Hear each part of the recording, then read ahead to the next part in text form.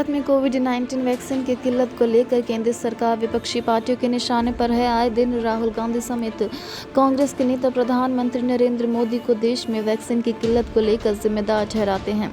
एआईएमआई प्रमुख असदुद्दीन ओवैसी ने भी नरेंद्र मोदी सरकार को देश में वैक्सीन की किल्लत और कोविड से हो रही मौतों को लेकर कई मौकों पर घेरा है।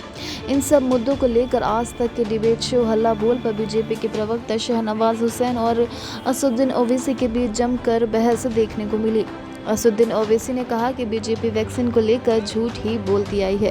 उन्होंने शाहनवाज हुसैन से मुखातिब होकर कहा कि मैं आपसे एक ही सवाल कर रहा हूं कि आपने जनवरी से वैक्सीनेशन को शुरू किया तो और आप झूठ पर झूठ, आप लोगों की पूरी पार्टी झूठ पर खड़ी है। आपने अब तक 15 करोड़ 23 लाख जनता को पहला डोज लगाया है और सिर्फ 4 करोड़ लोगों को डोज लगे हैं 4.5 महीने में। असदुद्दीन ओवैसी ने सवाल उठाया कि जुलाई में देश भर में 30 करोड़ वैक्सीन की सप्लाई करनी है। इतनी जल्दी सरकार वैक्सीन का इंतजाम कैसे करेगी? वो बोले, आपका सीरम और बायोटेक का प्रोडक्शन है 8 जुलाई पैच 8 करोड़, जुलाई में 30 करोड़ देना है, कहाँ से लाएंगे आप? क्या मोदी जी जादूगर है, ला लेंगे?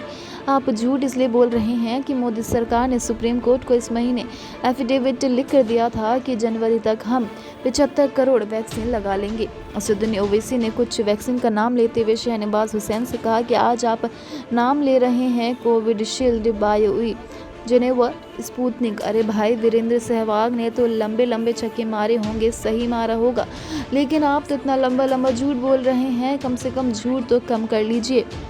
वो आगे बोले, आपको पता है कि भारत के 70 गांव में 1000 जनसंख्या पर सिर्फ 20 वैक्सीन लगे हैं। आप कितना झूठ बोलेंगे?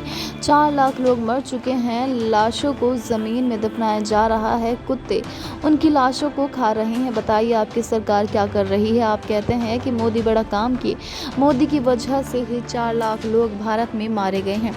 गंगा में बहती लाशों को लेकर भी एआईएमआईएम प्रमुख ने केंद्र सरकार पर निशाना साधा।